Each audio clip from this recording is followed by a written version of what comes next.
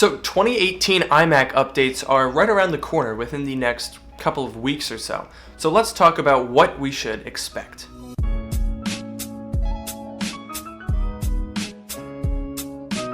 So at the moment, I have a vested interest in what happens with the iMac in 2018 because it's something that I'm going to buy almost regardless of what actually gets updated. Now, there are two reasons for that. The first is that my current editing gear is not sufficient for my needs. So behind me is my 2009 Mac Pro that's upgraded. It's a 6-core 12-thread Xeon. I also have my 2016 MacBook Pro, and both of these are completely out of their element when I'm editing 8-bit 4K, which is what you're watching right now. And I've also been doing editing with 60 FPS or doing, slow motion, time-lapse. They can't keep up. I can't even play back this footage on the computer behind me. It literally doesn't even play back in real time. It's kind of crazy. So an iMac is the logical next step for me, which is the second reason that the iMac offers fantastic value. When we're talking about Apple products, of course. You can still build a PC for a lot less than an iMac that'll outperform it. But when we're talking about Apple products, the iMac is a really great value. And it offers a much lower price than the admittedly expensive iMac Pro or even the Mac Pro.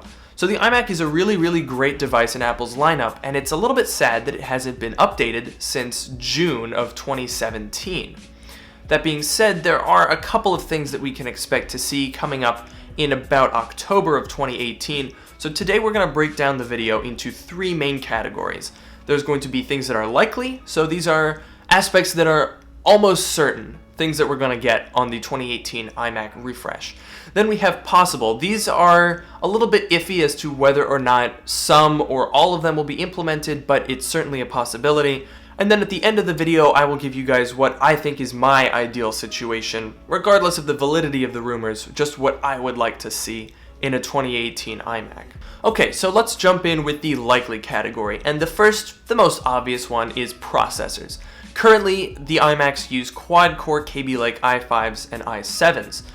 However, the current and logical upgrade would be to the 8th generation, which are going to all use 6 cores.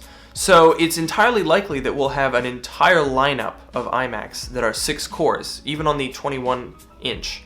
Now, one of the other things that I would like to see going along with this is I'd like to see some standard i7s. So if you look at the current iMac lineup, even if you go all the way to the top end of the 27-inch, you don't get an i7 by default. You still have to option that in. What I would like to see is the higher end iMacs on the 21 and the 27-inch end. They should come with i7s. They really should. So the logical upgrades for the i7s, currently on the 21-inch, you can get a Core i7 7700, and on the 27-inch, you can get a 7700K. Now, the obvious and logical upgrade to that would be upgrading to the 8700 and the 8700K, the former being a 3.2 GHz 6-core 12-thread processor, and the K variety bringing that up to 3.7 GHz, still 6 cores, 12 threads. That's a pretty meaty improvement in performance, and one that I think is almost a shoo-in on the 2018 iMacs. Now, next up, and this is kind of somewhere between possible and likely, but I really think that there should be iMacs that come with 16 gigs of RAM standard. Now, I understand that the 27-inch iMac is upgradable. It has 4 RAM slots, and if you order the configuration with 8, 2 of those slots are empty, so you can just put in your own RAM, but it really should come with 16. I mean, it's 2018, and you're paying over $2,000 for this iMac. It really should have 16 gigs of RAM, so I'd like to see that on the higher end of both the 21-inch and the 27-inch. So one of the other features that I'd like to see on the iMac is an upgraded 1080p FaceTime HD camera. So this was something that was introduced on the iMac Pro, and logically will probably make its way down to the iMac, just the normal iMac, this year. Another thing that should be carried over from the iMac Pro and now from the MacBook Pro is the T2 chip. I think that's probably going to be standard fare on new Apple products that are released at this point, so it's highly likely that we'll see that on the new iMacs. And finally, the other extremely likely thing that I think we'll see on the iMac this year is a True Tone display. It's honestly a little bit surprising that the iMac doesn't currently have True Tone displays, considering that they've been on iPads and MacBooks for quite a while now. So I think this year we'll probably see True Tone make its way to the 5K and 4K iMacs. Okay, now we get into the possible range. So this is stuff that isn't going to be guaranteed, but is certainly possible. And we'll jump right in with the design. So this year is actually the 20th anniversary of the iMac. It was released in August of 1998, and a lot of people think that this is the year that the iMac design gets updated, because of course it has not been in quite a while. The current iMac design with the tapered edges was introduced in 2012, and yeah, that was 6 years ago. So I think we're probably due for a redesign, especially with the bezel department. So one of the things that would happen if there is to be a redesign is the thinning of the rather thick iMac bezels. Now, if you had asked me if the iMac would be redesigned this year before the iMac Pro came out, I would have said 100% yes. But when the iMac Pro was introduced in December of 2017, it stuck with the same design as the normal iMac. And this kind of casts some doubt over whether or not the iMac is going to get redesigned this year, because Apple would be unlikely, shall we say, to introduce an iMac Pro, an extremely high-end system like that, with a design that they're going to change in under a year. So I'm a little bit torn, because on the one hand, 6 years ago was the last redesign, it's the 20th anniversary, it would make sense to see a redesign, but it's possible that we will have to wait until the iMac Pro gets a significant upgrade in probably another year. Now, the other thing that I'd really like to see on the 2018 iMac is Space Gray. This was introduced on the iMac Pro and looks really nice, so it would make sense that they would bring it down to the iMac. However, again, they might be trying to save that as an exclusive color that you get on the higher end system, so that's why this is a possibility and not a certainty, although I'm really hoping that they will introduce Space Gray. Next up, Core i9. So this is something that I would really like to see. I would be very happy if they put a Core i9 in the iMac, and it would make sense. I mean, the Core i9 MacBook Pro was announced, so they clearly have the capabilities and the want to put a Core i9 in their products, but I would really like to see that in the iMac. Now, one way that this could potentially work is, if you remember earlier where I said that I would like to see Core i7s become standardized on the iMac. If we say, for example, that the Core i7s become standard on the highest end of the 21.5 and the 27-inch iMac, then instead of upgrading from an i5 to an i7 like you currently do, you would go from that i7 to a Core i9, which would be a logical upgrade and one that I'm really hoping will happen, because a Core i9 iMac would be fantastic. So another possible thing, and this is more going along with the potential redesign, is that Apple might want to slim down the chassis of the iMac a little bit, and in doing so they would most likely remove the standard hard drive bay. So this would mean no more standard mechanical drives and no more Fusion drives. So on the one hand, this would be kind of nice because it means we'd be moving to SSD-only storage, which is kind of becoming more common these days. However, the thing that I really do like about the 27-inch iMac or the 21.5-inch iMac is that you can get those Fusion drives that are not really that expensive, but give you a lot of storage, and internal storage. So I think it would be a shame if we get a 27-inch iMac that only has 256 gigabytes of SSD, because then you're chucking a lot of money into that price tag just to get a normal, usable amount of hard drive space, or of SSD space. So I think it would be interesting if they switched to SSD storage, but it's certainly on the 27-inch, it should not start at 256. That's just too much money to be throwing into SSD storage when a Fusion drive offers pretty cheap, ample storage at the moment. Now, continuing on with other things that might be brought down from the iMac Pro are UHS 2 SD card support. So my new camera, my Lumix GH5, actually came with a UHS 2 SD card with read-write speeds of 300 megabytes per second. I'd really like to be able to harness that, so hopefully that will be included on this next iMac, though again, they might be saving that for the iMac Pro.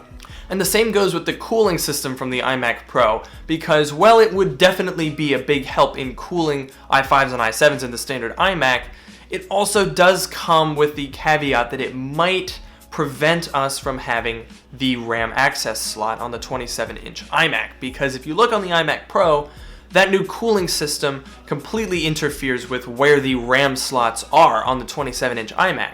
So the trade-off might end up being, do we get better cooling or do we get upgradable RAM? Now, obviously, I think you shouldn't have to choose between adequate cooling and upgradable RAM, but that very well may be the case. And finally, the last thing that I think might make its way to the iMac is Face ID. So it's actually kind of interesting that Apple hasn't put any Face ID systems on any of its Macs. I was a little bit surprised when it wasn't put on the 2018 MacBook Pro. Well, I mean, not surprised, but I was kind of hoping they would do that. However, an iMac makes a lot of sense. There's plenty of room inside the case. If you ever look at the pictures on iFixit, there's a ton of empty space in the iMacs. So they really could fit Face ID in there, and I would hope that they do. Alright, and finally we move on to the unlikely category. These are things that might happen, but that I personally don't think are going to happen in 2018, or even necessarily in 2019. So one of those is a complete redesign. While I think some minor changes like slimming the back or slimming the bezels might just happen, there are rumors that there's going to be an sort of an iPhone 10ification of the iMac with really razor thin bezels and the removal of the classic iMac chin. I personally don't think the chin is going anywhere. The bezels might, but the chin isn't going anywhere. And I don't think that this year is going to be the year for a radical redesign, as I said, because of the iMac Pro. So I think a redesign is most likely going to be 2019 or 2020. Okay, so next up are Nvidia Graphics. So this is something that I highly doubt is going to happen, but a lot of people think that we're going to switch to Nvidia Graphics on the 2018 iMacs. I don't think that that's going to happen in the near future, honestly, because I mean, it wouldn't make sense to go to 10 series as those are just about to kind of get replaced, and the RTX graphics that would make sense in the iMac don't really exist, so that's not going to happen. Now, speaking of graphics, one of the other things that is more likely but still unlikely is switching to Vega graphics for the iMac. I don't think this is going to happen this year because, while there may be some Vega chips that would work, I think Apple wants to save Vega for the iMac Pro, because that's kind of one of its selling points is Vega level graphics. So I think we're probably going to stick with Radeon Pro 580X. You know, they'll probably add the X to it like they did with the MacBook Pro. Same basic architecture, but little minor improvements. That's probably what's going to happen. Now, one of the other rumors that stems from Ming-Chi Kuo, who is a very reputable Apple leak rumor guy, he claims that the 2018 MacBook Pro will feature a significant display performance upgrade. Those are his words. And I think this could mean a couple of things. It could be referring to True Tone, or possibly color accuracy and output efficiency, something like that. Or he could be talking about a higher refresh rate display like we saw in the iPad Pro. So the iPad Pro, if you don't know, has a variable refresh rate display, so it can go 30, 60, 90, or 120, I believe. But it can go all the way up to 120 Hertz, which is really cool. This might make a little more sense on something like a MacBook Pro or the next iMac Pro, but it is possible that we could see that on the 5K iMac. Now, of course, the thing that would hold it back is doing 5K at 120 Hertz, especially for the hardware that we're probably going to see in the graphics department with the Radeon Pro 580X, maybe. Yeah, I don't think that's going to be able to do 5K at 120 Hertz. Just probably not going to work. Okay, and finally, let's go over what I think is my ideal specification for the iMac, what I would like to see introduced in 2018. So the first is a minorly redesigned case. I'd like to see smaller bezels, and really that's about it. I don't really have any issue with the design of the iMac except for the bezels, so if they could shrink those, I would be very happy. I also think that they should bring the space gray down from the iMac Pro because it just looks so good, and especially with smaller bezels, it would look really sick. Now, next is the cooling system, because currently the iMac has one cooling fan, even though there's clearly enough room for them to put in another one on the inside, so they should just improve the cooling system with two fans.